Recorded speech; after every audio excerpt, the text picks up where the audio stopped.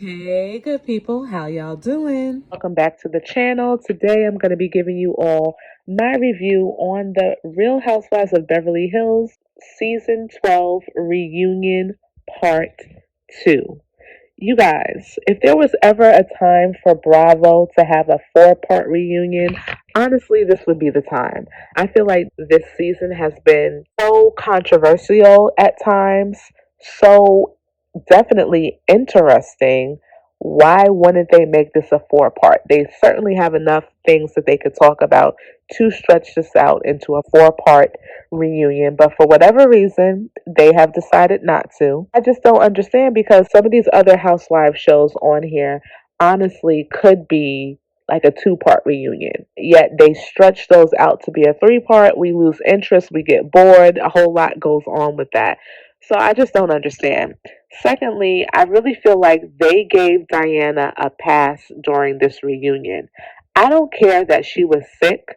She still showed up even if it was on Zoom or whatever it was that she was on, she was still present.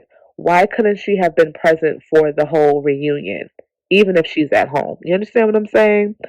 I just feel like there was so much that we could have, so many questions that could have been asked of her that weren't. And I just don't, for the life of me, I just don't understand why she was let off so easily. Kyle was mean mugging this entire episode. I don't know what's going on with Kyle, if she just has a lot of anxiety because she knows that Kathy is going to be making her appearance or what the situation is. But Kyle just looks like she knows she's about to get scolded. By the way, Kyle definitely looks like she has some work done to her face. Her lips are kind of giving me Marge from Real Housewives of New Jersey. It's kind of like the milder version of Marge's lips, but it's definitely giving me that. Guys, please remember to like, comment, and subscribe. My goal is to get to 100 subscribers, and I have a little bit of ways to go, but with your help, I know I can get there. So please, guys, hit that subscribe button. And without further ado, let's go. So, I have an unpopular opinion, I have to say. I'm not so sure if Diana was behind hiring those bots to go after Garcelle's son, Jax. The vibes that I'm getting is saying that it's not that. I think that Diana is a very messy woman, and she's the one that has the nerve to say that Sutton is messy with her words. But I don't know. In my core, I don't feel like she was the one behind it. But that's just my opinion. Now, I will say I can see why Garcelle has that opinion. I really can. But again, my gut tells me I'm not so sure it was Diana. Well, Andy asked the women if the word evil is worse than the word see you next Tuesday because Diana said that Garcelle called her evil, and of course, Garcelle said that in response to Diana calling Sutton to see you next Tuesday. Now, by definition, evil is a worse word, but when you say, this person is evil, it's kind of like nonchalant, right? Evil is something that gets thrown around, honestly, in my opinion, a lot when you talk about something really bad. But a see you next Tuesday, that's not so much of a common word. And I feel like that word, in my opinion, a whole lot more. I just do. So you guys let me know what you think. Do you think see you next Tuesday is worse than evil? Or is evil worse than see you next Tuesday? I'd love to hear your opinion about this. I I do feel though that both of these words obviously are horrible words to use. I'm not even mad though that Garcelle used that to describe Diana because I really feel like she used the correct word. But both harsh and horrible words to use, and it's not something that I want to hear or see when I'm watching The Real Housewives of any show because I just feel like the whole reason why I started to love all of these franchises to begin with is because it was like really light, airy, and fun. Now it's taken on a whole different identity where it just seems very nasty and very toxic. But that's just my opinion. Andy asks Sutton if she feels as if she needs to clear up anything or add anything regarding the see you next Tuesday comment that came from Diana. And says no, she doesn't need to clear anything up. She thinks that we are very clear on the fact that they have a non friendship. I said, okay, Sutton, make it plain and clear, girl. Tell us how you really feel. Listen, this is one of those times where, again, I feel like Andy should have really asked more questions to Diana about what led you to call this woman a see you next Tuesday. Did you feel any remorse after you called her that? Is this a word that you typically use to describe people? Tell me all the instances to you where you feel like Sutton has been a see you next Tuesday.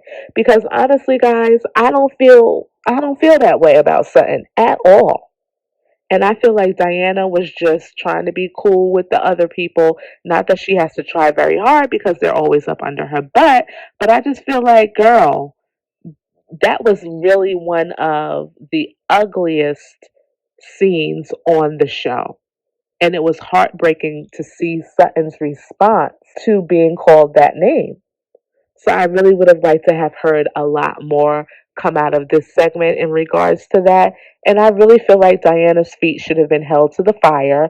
I would have loved to have heard what these other women who are always protecting and making excuses for Diana have to say about the matter as well. Put them on record saying what it is that they need to say. Because I want to hear it. As a fan, I need to know where you guys stand on this type of behavior. Also, Diana threatened Sutton a couple of different times this season, saying stuff like, I want to headbutt her and all of these other things.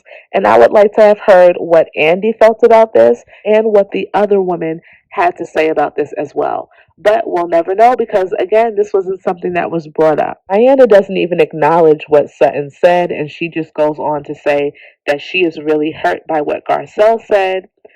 Garcelle said that she believes that Diana is the one behind the bots. Diana says that she would put her right hand that nobody on this cast would ever go after Dax. Diana says that she has the means to hire lawyers. Matter of fact, she's hired lawyers to figure out who is responsible for hiring these bots. One thing about Diana, you always gonna hear her talk about her wealth and her privilege. It's like, girl, you are on the Real Housewives of Beverly Hills. Okay, we know that you're wealthy. You don't have to throw it in our face every 5 minutes. Goes on to say that Jackson Garcelle brought this to our attention, but I am sure that this is happening to people every day. And I'm like, no, ma'am, this type of attack I have never seen on any of the Housewives shows. Not never. This is something completely new. This is a racist attack. This is a very personal attack. I've never seen this before, where somebody actually hired bots to do their dirty work. I've never seen it. Andy asked Garcelle, how do you feel about what Diana is doing? And Garcelle says, good for her. Garcelle is just very nonchalant at this point. She's over Diana. It's like, let's move on to the next topic. Erika, she says to Garcelle that Diana's intentions are very good, to which I say, so what? So what if her intentions are good? Garcelle feels the way that she feels, and that's that. Andy wants to know what Diana said on social media about Garcelle, and Garcelle tells Andy, I'm done with Diana. She doesn't want to give any more attention to her, and I'm with Garcelle. Listen, we have said everything that we needed to say to each other. We see each other, as Miss Nene Leakes would say, and I'm over you, boo. I'm not giving you no more of my time. Matter of fact, I'm going to pull a Maxine Waters and reclaim my time. At this point, we go to break, and I'm like, dang, they breaking already? But I failed to realize that they've probably been taping for hours. And, with all the editing and stuff like that, there is a lot that goes into it. On break, we see Erika and Lisa are in a dressing room and they're discussing Garcelle. Both of them agree that they're sad that Garcelle thinks Diana is behind the attacks, and they believe that the point of the attacks were to divide the group. Now, the point of the attacks, in my opinion, were to hurt Garcelle, and as she said during the last episode, try to get her off the show. We're in the other dressing room. Sutton and Garcelle are together, and Garcelle says, we will not stop until she finds out who is behind the bots. Sutton agrees with her. Sutton goes on to say she was trying to understand what Crystal was talking about, when they had that whole segment about the alleged dark comments that Sutton made, which we know are not even alleged anymore. Sutton did not make them, but whatever. I think that Crystal has a little lying problem. I'm not gonna lie. That's just what I feel. I feel like she was just trying to save face for herself. Okay, it's clear and evident. Garcelle says she knew Sutton is not a racist and asked Sutton how she felt to have it actually said in front of everyone, that being Sutton is not a racist. Sutton says she's grateful for the support, and they both agree that they have to take all the small wins that they can. Now we see Dorit and Kyle, and they too are discussing this whole Crystal situation and her not being able to get her story straight. I think it's interesting that you see Dorit and Kyle together, you see Sutton and Garcelle together, you see Lisa, Rinna, and Erika together, but where is Crystal? Crystal is nowhere to be found, and that kind of made me feel sad a little bit. Even though I think that Crystal, she has a little problem telling the truth, I still kind of like her, right? And so I don't ever like to see anybody kind of be the odd man out, or off by themselves somewhere. So I'm just like, where's Crystal? I kind of missed her. I'm not gonna lie. I missed her. We are back, and Andy asked Kyle about her tattoos. So apparently Kyle has like 3 or 4 tattoos, y'all. And I was surprised by this because Kyle has like high anxiety about any and everything.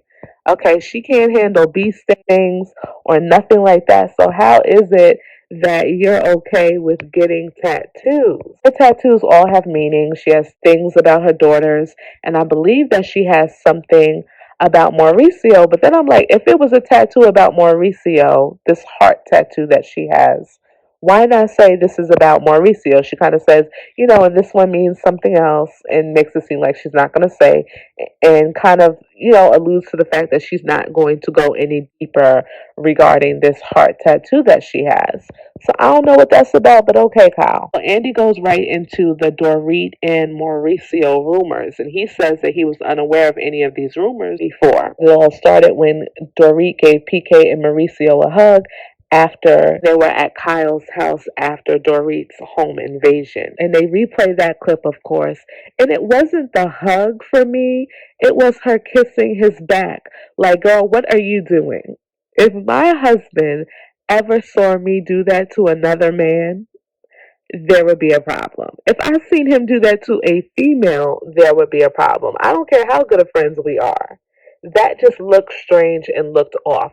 So I feel like if there was ever a reason why people might be feeling the way that they feel about Dorit and Mauricio, that would probably be it. It wasn't the hug, it was the kiss. Andy also discusses who the men said that they would choose to be with aside from their wives, and Mauricio says that he would be with Lisa Rinna, and PK says that he will be with Erika Jayne. Erika to tell this story, which I just was like, okay, girl, about when she was in Berlin with one of her friends at a U.S. Cup game or something like that, and she ran into PK not knowing who he was. And of course, this was before he was married to Dorit, and he looked at the two of them and asked them, were they porn stars? So she goes on to say, he was being an ASS, and that's normally how he is, sassy and an ASS. And I'm sitting there like, Dorit, you gonna let this woman call your husband a sassy and an ASS, and you not say nothing? Dorit just had this stupid look on her face. And I'm like, girl, I'm confused. Stand up for your man. For me, this was just a glimpse of how Erika really views PK, a sassy man who acts like an ASS. And so, there was definitely some truth into what she was saying, even though she kind of was trying to make it seem like it was a joke. I thought it was funny, though, that calling him sassy and an ASS, it's like, girl, you're describing yourself. You do realize that. But anywho, let's move on. So Andy pivots on the conversation and wants to discuss with Garcelle her buying a Birkin. It was a very hard decision for Garcelle to make. She just could not justify spending that type of money on a pocketbook, and I understand. We also discussed her beach house. So the beach house that was there, it was torn down, and she has to get all of these permits and whatnot. So she is still waiting to build, and I hope that she gets this house built soon. She also goes on to discuss this whole Bill Cosby situation that she put in her book, where she tells the story of when she was about 18 years old and she was cast to go on to the Cosby Show. And I guess either before or after Bill Cosby allegedly invited her over to his house where he gave her some sambuca, and when she took a little bit to drink, she didn't feel right, so she just left. And she feels like today, in hindsight, she really dodged a bullet. So Andy asks Erika if she at least skimmed Garcelle's book for mentions of her before she threw it in the trash can. Erika looks at Lisa Rinna, and Rinna admits that she was the one who threw the book in the trash. Lisa says that she and Garcelle had a handshake agreement that children were off limits. Garcelle had put Amelia's name and a story about she, meaning Garcelle, and Lisa in the book, which Lisa felt like wasn't painting Amelia in the most positive way. Is that she sent the picture to Erika, and of course, Erika posted it on her social media. Garcelle reveals that these women have a separate group chat that I guess is everybody with the exception of Sutton and Garcelle and probably Crystal. And the women were all laughing about this whole situation. Of course, Garcelle didn't find it funny. Garcelle says that Lisa's lawyer contacted her manager basically to try to get Garcelle to take the stuff out of the book. And they came up with a solution for Garcelle to come out with another edition of the book, remitting the whole story about Amelia. And let me be honest, guys, this story wasn't even that serious. It wasn't in a negative light, in my opinion, but whatever. So now they go to commercial break, and Andy is still talking about this whole book situation and it being in the trash, but he's focusing on like the trash and how come they didn't recycle. And I'm like, Andy, who cares about any of this? Garcelle is sitting over there. She looks really stone faced, uninterested in any of the conversations. I think Garcelle is done at this point. And to me, this whole scene was really cringeworthy. I kind of felt like, why are we seeing this, number one? Number two, why are y'all still talking about this? Like, y'all just taped it. Shut up about it and let's move on to something else. I did think it was interesting, though, that Andy was saying to Erika, wow, you did get a lot of flack about this post, even though you were not the one to throw Garcelle's book into the garbage. And Erika says, oh, Andy, I'm down. You know I'm down. Yeah, girl, we know you down. We definitely know you down. I hope you guys are picking up what I'm putting down, okay? Erika was saying a whole lot right there. Next scene, we are reminiscing over the passing of Lisa's mom, Lois, and the different times that we saw her here on the show. And I will say, Lois will be missed. I thought that she was a sweethearted woman from what we could tell on the show. For me, I am never one to look down on somebody's grief or anything like that. I know what it's like to lose a mom. So when I heard that Lisa's mom passed away, although I do not like Lisa at all, I of course felt really bad for her. So after seeing the flashback of Lisa's mom, Lisa broke down and apologized to Sutton for her behavior. Viewers said that it seemed as if Lisa was using Lois's death as a scapegoat for her despicable behavior. So they went on to say, what excuse do you have, meaning Lisa, when you were equally disgusting to Lisa Vanderpump, Kim, and Denise? Lisa said that it was very confusing and she has been seeing a therapist since the onset of Lois's passing. And I'm like, girl, you need to get your money back because she or he is not helping you, okay? If you are in therapy and lashing out on people like the way that you did this season, something is not connecting, something is not clicking. Andy asks if Lois ever watched the show, and if so, how did she react to seeing Lisa on the show? Lisa says, of course, she watched the show and she never judged her. She never had anything to say to her about anything. To me, that's a mom. Like, you're not going to criticize your child. You're only going to really see the best in your child, and that's that.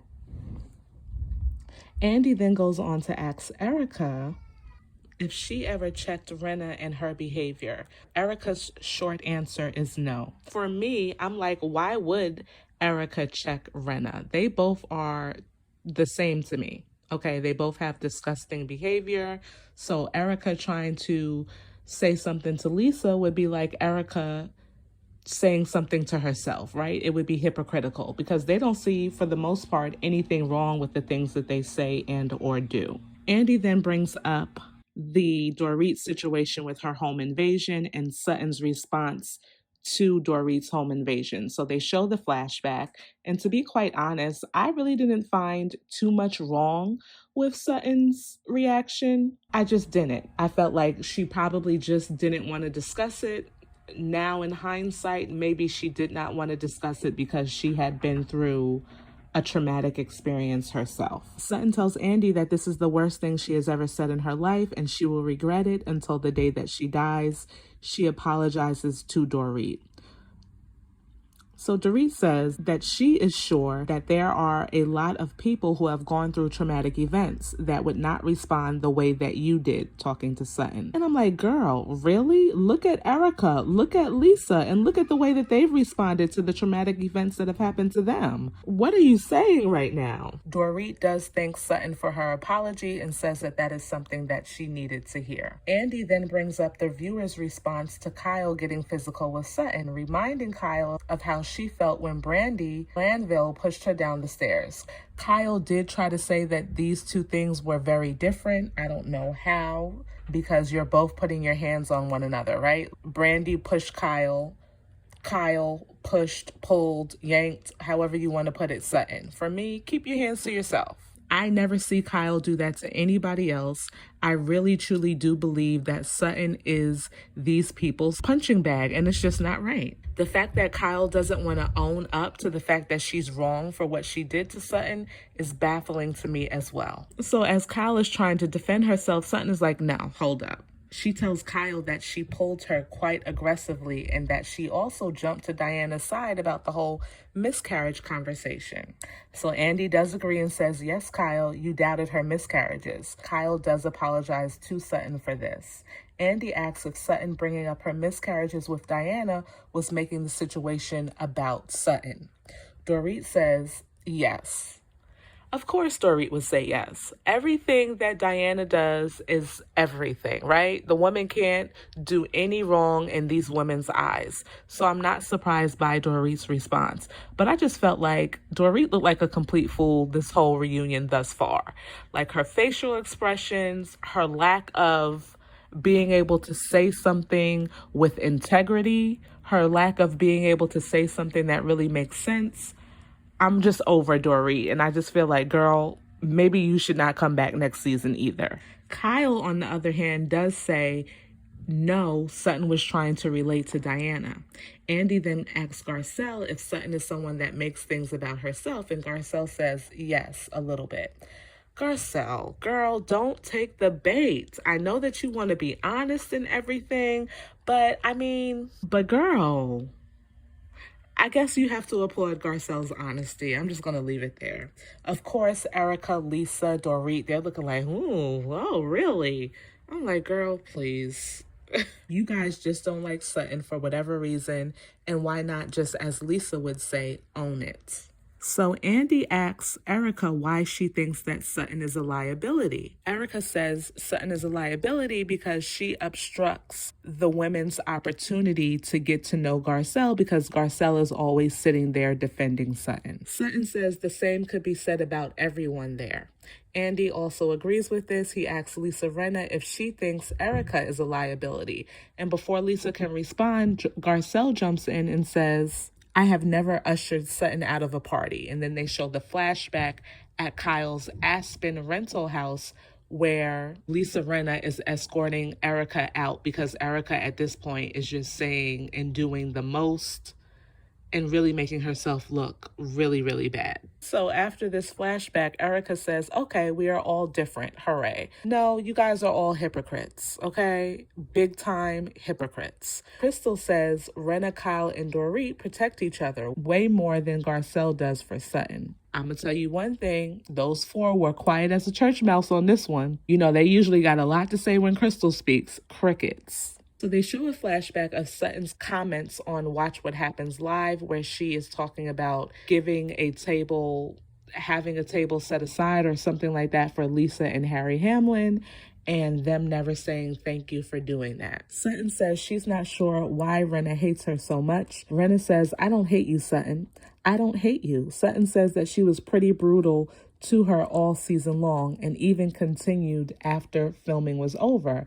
And they show posts that Lisa put on her social media saying nasty things about Sutton. Lisa tries to say that it was a rough season, and Sutton is like, nope, I understand that, but you didn't do that with anyone else. You only did it with me. And I'm like, she got Lisa all the way together with that one. Hello, somebody. Lisa only came for Sutton. I've never seen her come at anybody else like this. Sutton is 100% correct. I am loving how Sutton is defending herself.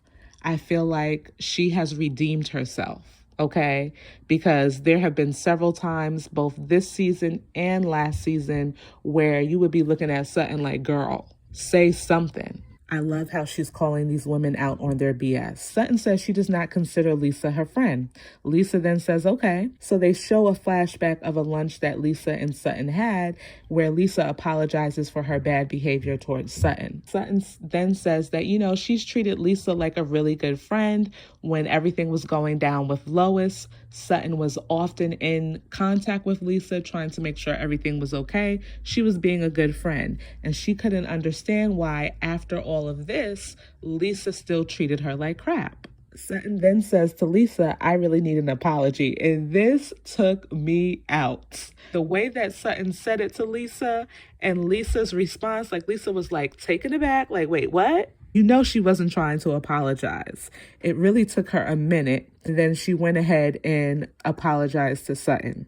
I said, oh my gosh, Sutton got her butt real good on this one. Lisa really had no choice. We already know, like, her behavior was horrendous. She knows her behavior was horrendous. I don't feel like her apology was sincere, but listen, she said it, and let's move on. Andy said that he has spoken to Lisa privately many times about her disastrous social media. I'm like, well, why not say it in public? Because you don't have a problem calling any of these other housewives on these other shows out, such as Atlanta, Potomac, but you gonna sit there and talk to Lisa privately? That's not right. Here goes Dorit. She says there is something that comes with being an impulsive person.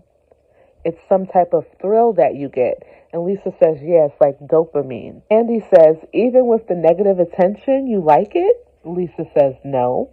Andy then says her posts give him anxiety. And they show one of the posts where Lisa basically is accusing the producers of pushing along like the bot story, or maybe she's accusing them of being behind the bot that attacked Garcelle's son. And then Andy says, well, why not just call one of the producers and let them know how you really feel, that you're upset? Basically saying, why are you posting it on social media and not handling it a different way? Both she and Erika cocked their heads to the side. You would have thought that Andy asked Erika this question. So they both cocked their heads to the side. They have nothing that they can say because they're trying to think, how can I answer this question? And it's just like Tweedledee and Tweedledum. I'm just like, you can't make this up. So Rinna had no answer, but she did claim that she doesn't necessarily think she is doing something bad at first. I don't know how, at your old age, not realize that some of the stuff that comes out of your mouth or some of the stuff that you put on social media is not good.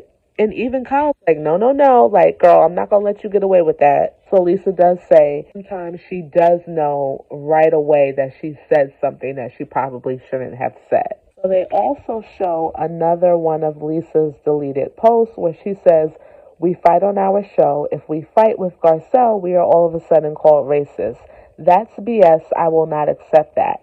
I will express myself when and how I want, and I am not afraid of any of you hoes. Lisa kind of still stands by this post, even though she did delete it. And she says that the post got misinterpreted. Says that she was talking to the trolls and haters that come after her. So Andy asked Garcelle what she thought, and Garcelle says sometimes what is said is perceived differently when it comes to us, meaning people of color.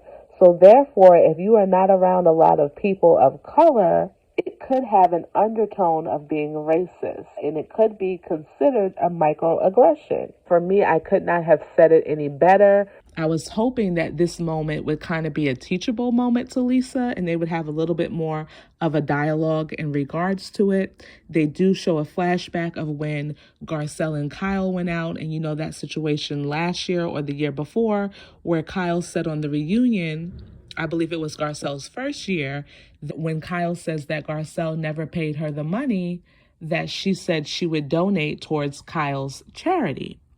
And Garcelle was telling Kyle in this flashback that, you know, that cut really deep because people already perceive people of color a certain type of way. So here goes Crystal, and I'm like, girl, you've already had your segment. It didn't make you look any better than what you're going to say right now will make you look. So please hush. She says, that's how I felt in my conversation with Sutton. So Garcelle's like, well, what are you talking about? And I'm like, Crystal, why do we have to go back here? So, of course, her and Kyle are getting into it at this point in time. For whatever reason, Kyle does not mess with Crystal, but I don't know. That's a different story for a different day. Dorit then jumps in and says, you know what? Nobody on this cast is racist. Andy then is like, let's take a little break. He lets the women know that Kathy Hilton is going to be joining them for the next segment, and everybody is like, oh my God, you know, Garcelle, Sutton, and Crystal, they look like they're looking forward to Kathy being there. Rinna's over there pacing back and forth like she don't know what she's going to do with herself. It's a whole big thing. I am so happy that we have finally got to the point where we are going to hear what Kathy Hilton has to say. I cannot wait for next week's episode. You guys let me know what you thought about part 2, and I will see you in my next video. Thank you guys once again for watching. Please remember to like, comment, and definitely subscribe. Drop me a comment. Let me know what you guys felt, and I will see you in my next video. Bye-bye.